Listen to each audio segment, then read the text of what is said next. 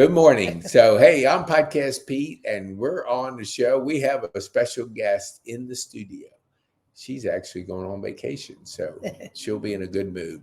So, Laura, tell our viewers who you are, what you do, and who you serve. Good morning, all. I am Laura, one of the nurses from Blue Summit Hospice and Palliative Care. We are actually a new company for the last 2 years, been in business, and it is actually privately owned by a nurse. I am very proud to say that our performance for our patients is to provide to lift the fear of hospice and to provide palliative care services. No patient dies alone, whether they have families or they do not have families. We become their families to provide that comfort care. So, my first question that hits my brain is, how did you get into this type of business? Because it's a business that you have to have the big heart. So just share with our viewers, Sure. what was that like?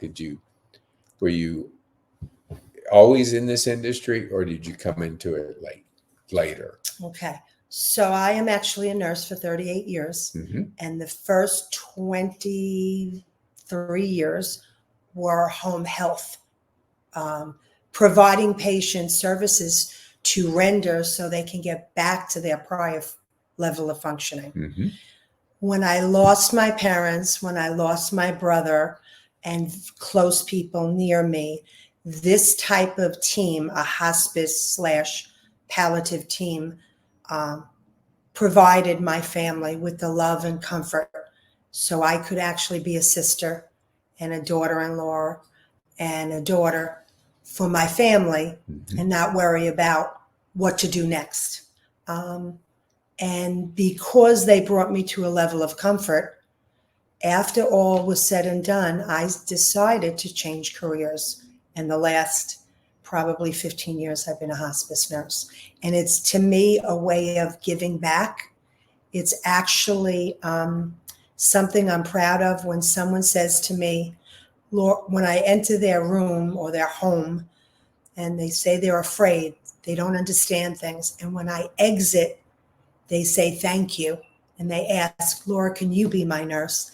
That means I provided them comfort and a safe zone, if you would, for them to ask questions, for them to provide care for their families and not be so afraid.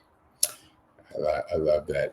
When I first met Bonnie at Kane's Park, it was funny. We talked about a number of things, but one was her Italian cooking, and I had an Italian second mom. So we were like hitting it off and talking. And so then like the next conversation, I said, who do you know that you would recommend? And you were the first person. And I don't even think you were the first person she told me about. What's a relationship mean to you? Bonnie's and our relationship? Okay. Yeah, or just generally, but yes, I would like you to talk about Bonnie too, because I see it being kind of special. It is. Bonnie and I, and it's not just the New York thing. We hit it off 15 years ago. We're now friends. We've both been in the senior community, Pete. So our focus has always been the seniors, providing home health for them, providing hospice for them or palliative care, providing an educational piece that you need to be committed to. If you're not committed or patient, it tends to make them fearful. So both of our relationships grew in the assisted living communities. Her asking me to help her become her resource with any type of obstacles or problems or concerns with the seniors. And we're here today, 15 years later. Dang, I love the relationship stories, the journeys, because life is about relationships. And so when you have a special one in an industry that you're going to see each other on a regular basis, it's kind of cool that it's built in that way. I want to go back to the word hospice. Okay. Has it evolved in the mindset of people when they hear that word? What can you share with our viewers that, they hear that word, and it's a totally different meaning than it was, I think, in my eyes, Yes. 15 years ago. You are correct, Pete. What would they need to know? The evolution, hospice was always thought and understood as a service to provide for the actively dying patient. Now things have definitely changed. The hospice word tends to be left out a little bit, and we educate the family and patient for palliative service or palliative medicine. Once we teach palliative care means comfort, resolution of pain, to have that patient's quality of life be the focal point, then we teach them what the word hospice means and what the word palliative means. Hospice is not for the dying patient anymore. Hospice is when a person is diagnosed with a debilitating, aggressive disease that actually interrupts their quality of life, their everyday life. It puts them on a continuum and places them on a logistical, if you would, continuum to decline. And some patients have one diagnosis, some patients have many. But the most important thing is to get that education out as a nurse, and that's what Blue Summit and I do every day. My partners, the nurses, the chaplain, the social workers, is to explain to them that you need support now. Don't wait until you aggressively decline or end up in the hospital setting so many times, or maybe in a debilitating state where you can't tell us what you need or want. Bring us in now. Bring us in at the beginning of your journey so we can build up that trust and relationship, and then we're with you until your journey begins to transition. Yeah, that really, the education and the prevention, is so important. So you mentioned Blue Summit, the person that started it. Yes. Tell me about that person. Miss Amanda. Amanda is an amazing woman. Actually, because we rescheduled our podcast, she was actually going to sit with you and I. Oh, really? Yeah. Oh, so okay. Hopefully she does one day. She's a busy woman. She is knowledgeable for almost 20 years related to the hospice arena. Her relationships in the community, her goal for Blue Summit is to provide the most positive customer service outcome. And that begins with knowing when your nurse is coming each week, having a relationship with the team, knowing that she goes out as a nurse to support us as nurses when schedule gets a little tight or whatever. But she takes care of all of us and puts us in a comfort zone, if you would, so we can provide that service for our family and patients. She is a very professional, kind human being. And that's why I'm with Blue Summit. Yeah, my dad passed and we had hospice come in. That's a real special time because you don't know what's going on and you're in very unfamiliar territory. And you need a trained person with a big heart to kind of help the family through the different phases of that. And I think the word, at least in my mind, I heard it maybe a couple months ago when somebody said, "Oh, hospice doesn't mean what it used to be." Yes. It's like, so I think our viewers are getting more and more education when it comes to the word hospice, because before we came on, we were talking about a word and what it means. Yes. And I remember that, when people hear that word cancer, it's like the fear just overwhelms your body. Yes, it overtakes your thoughts. And it depends on the type, when you diagnose it, everything. And the mind is so powerful that if you're able to get that comfort, which you talked about, your mind becomes at ease with, the stage that you're in. What would you say, like when you came to work for Blue Summit, Mhm. what impressed you about that initial like talk or the initial conversation? Why did you do it? Okay, that's a good question, Pete. I would say Miss Amanda actually found me. Mm-hmm. I didn't know Amanda before Blue Summit. And I always found that creating or selling, because my job is to educate and market Blue Summit, as well as educate the accounts, people, my relationships like you, Mm-hmm. um, my relationship with doctors, hospitals, assisted living facilities.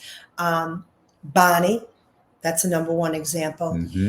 Amanda, her goal was the same as mine. Her goal was to make the person comfortable first, safe, and maintain dignity in wherever they call their home.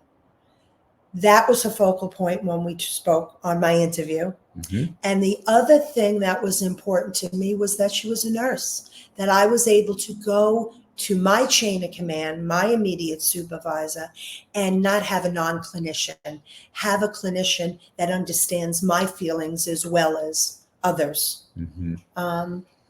That was important to me. Yeah, no, it really kind of helps to think about how a person makes those relationships, because your environment is so important, that because you want to enjoy the the community that you're working in. Right. What would you say, like, let me just go back to Bonnie for just a second. Sure.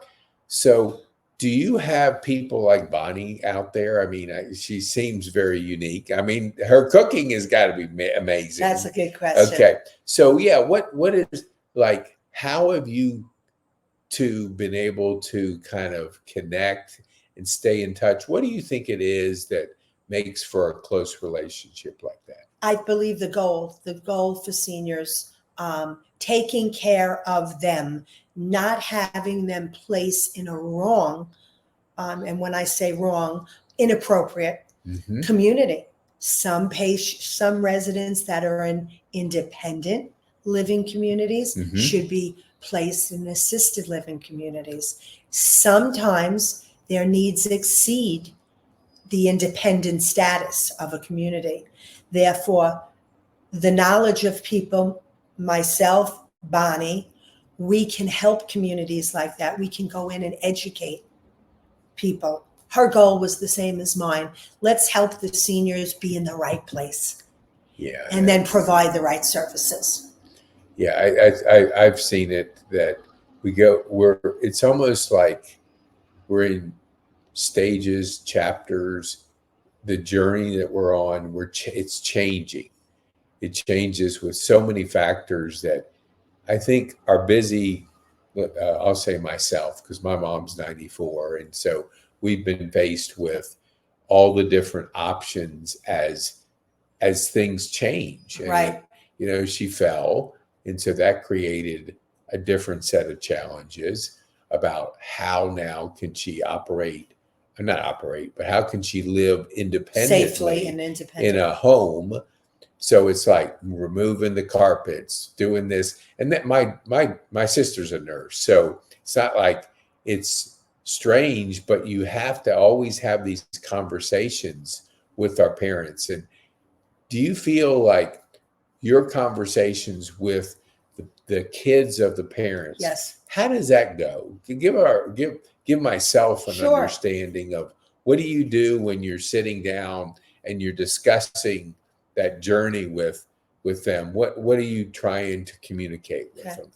If the family's involved in a community like Bonnie's community, Gaines Park, we tend to have monthly meetings. Either myself, we do educational meetings, Mm-hmm. or the chaplain or the social worker. We don't just clinically provide services, palliative services, if you would, for the patient. We can never forget the family, Pete. Mm-hmm. The caregiver like you, tending to your mom, I've been there. Caregiver stress is overwhelming. Caregiver stress is very real. A lot of the families still work, Yep.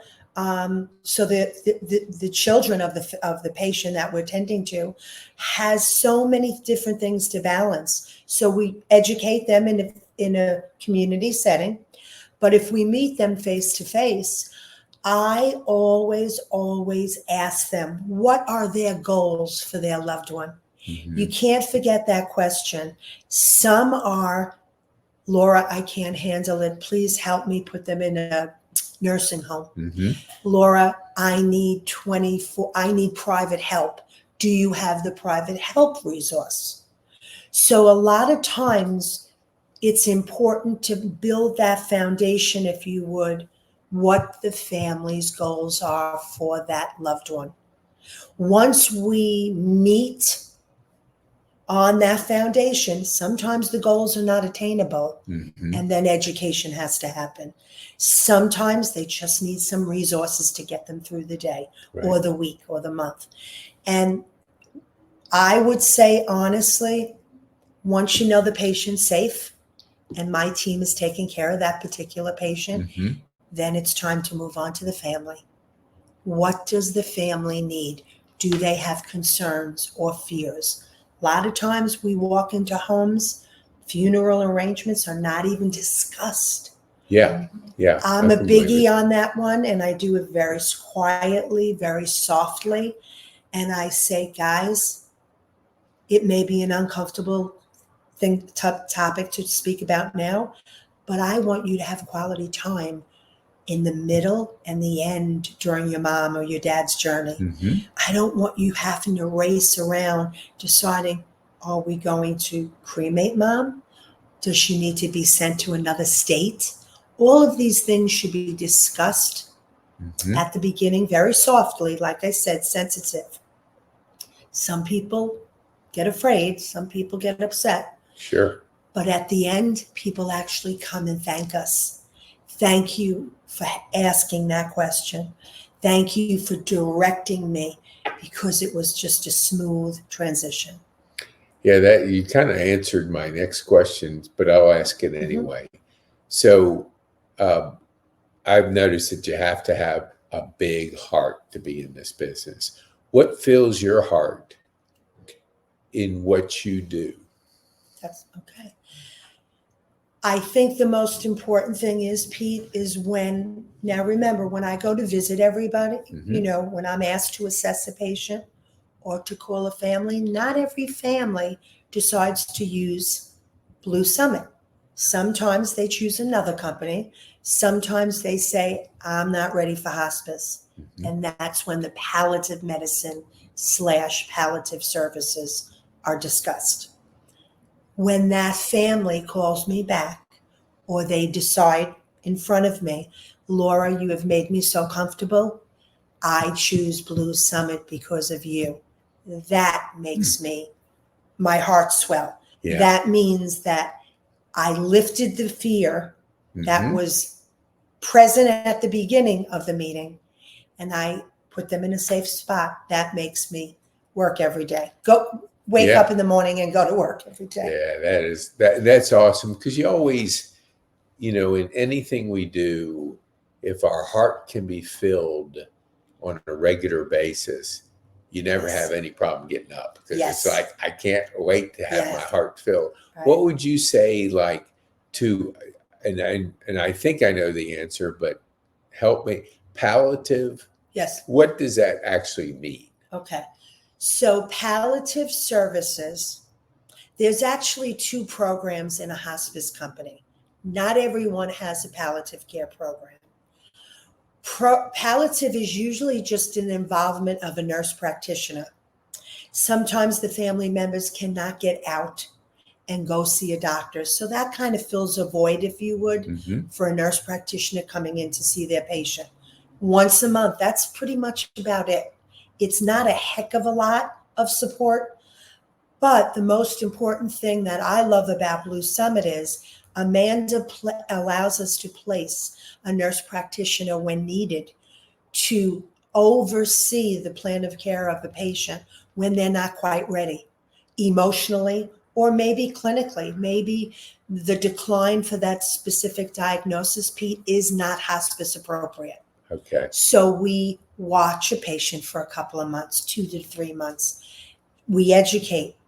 When that transition occurs, usually they're ready to say, can you please send me that nurse every week? What about that CNA that provides a shower for my mom? Can you please, I want to go to that program now. Mm-hmm. And that's what that's about. Hospice is for the specific diagnosis. The program is a nurse every week, once or twice, or maybe more if Mm-hmm. needed, non-denominational chaplain, a social worker, and a certified nursing assistant. That is a hospice team. Mm-hmm. Okay? And what do you need to be hospice appropriate? You need a doctor's order. That person needs to be following a doctor for us to be able to do any hands-on assessment. So that would come first. Again, it's weekly, it's visitation. Mm-hmm.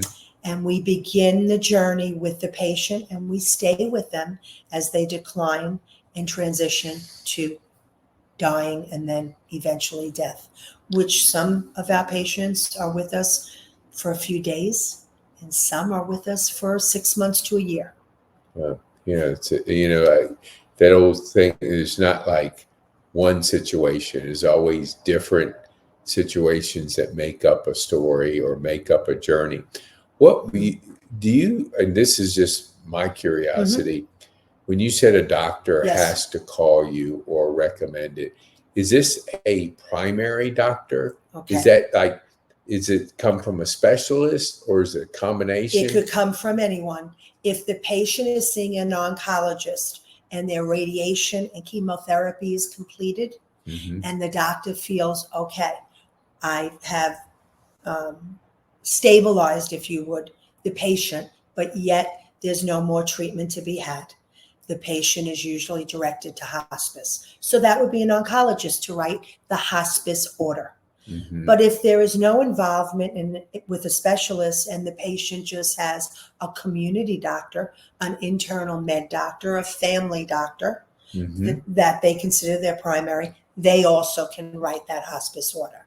Okay. And the important thing is, Pete, as nurses under the Medicare guidelines, we need a hospice order to do any hands-on assessment.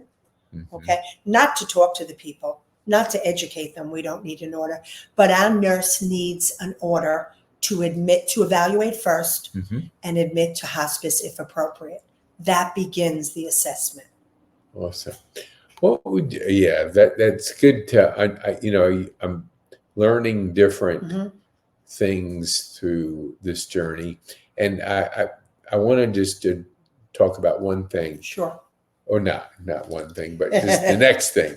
So if you had a magic wand, let's put you in a Disney movie, Okay. and you have that magic wand, and you could get whatever you want, problem solved. What would be the thing that you'd want to solve or put the magic wand on and get it like eliminated? Besides that, we have a limited time everywhere, Mm-hmm. but just in your business and what you're doing, if you could solve this one thing with this magic wand, what would it be?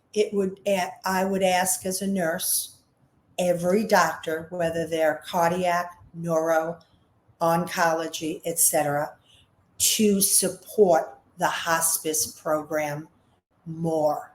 Mm-hmm. Because the biggest obstacle we have, it's gotten better, Pete, over the years, but the biggest obstacle we have as hospice nurses and hospice educators are those doctors that are in denial. They make the diagnosis about themselves, Mm-hmm. not about the patient. They should be our supporter. Mm-hmm. To say, okay, I want more for my patient. Instead of writing that order, or, sometimes doctors don't refer to hospice. They just don't believe in it, Pete. Wow. Oh, yeah. It's gotten better, as I said, but Right. It's still not 100%. So my biggest dream, my professional dream and Mm-hmm. goal every day is to win one more doctor over. each day. Dang, I love that. We have a podcast, the Mindset podcast with Crystal, and you might have met Crystal. I think you did, but we talk about the closed mind versus the open mind. And actually, behind me is a book that she gave me. It's called Mindset. Okay.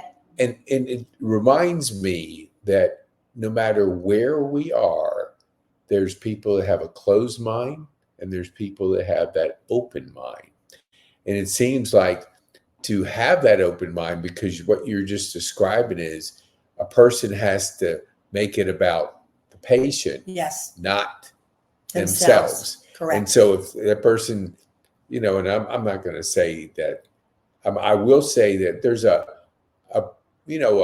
bias with some doctors that, hey, I'm the doctor. I'm the person that I make it all happen, and it's in any industry. I'm not going to say that it's just doctors, but a doctor to have an open mind to say, hey, Laura, let's work together and try to make the comfort of the patient the best possible way we can. And when you do that, it's wonderful. It is. But it doesn't always happen in reality. So I know thanks for coming over here because you're ready to go on vacation. So we want to make that vacation happen. So tell our viewers, how can they get a hold of you? Okay. Well, Blue Summit has 2 offices, one in Roswell, Georgia, one in Snellville, Georgia, and the goal for the spring will be Bartow County and Cartersville. But if anyone wants to reach me, my cell phone number direct is 770-231-9419. And my email address is laura.gleeson, Gleeson, at bluesummithospice.net. Awesome. So I want to challenge our viewers too. If you know of people that you think Laura would benefit in knowing, please share this with them and let them know. Call Laura or share this video podcast with them. So the old saying is, we don't know what we don't know. And the last thing you want to know is like, man, Laura, I wish I would have known about you. And I'm sure you've heard that before numerous times. So we want to kind of close that gap to make sure that our viewers out there know what's available and know how they can get a hold of your skills and your heart, really. So we're going to leave you with one thing. We'll put in the show notes too. So I don't want you to be driving down the road writing down everything in Kennesaw or Atlanta. That can be kind of crazy. But what would be the one thing that you would want our viewers to take home from this podcast? The service for palliative and hospice is Medicare guided. There is no out-of-pocket expenditure. Your Social Security Part A, Medicare Part A, covers the hospice benefit. So please call me if you need help. Awesome. I want to thank you, Laura, for coming. Thank you for having me. And have a good vacation. And thanks. Not many people will come on a podcast right before they go on vacation. At least we haven't run into them. But thank you so much for being with us today.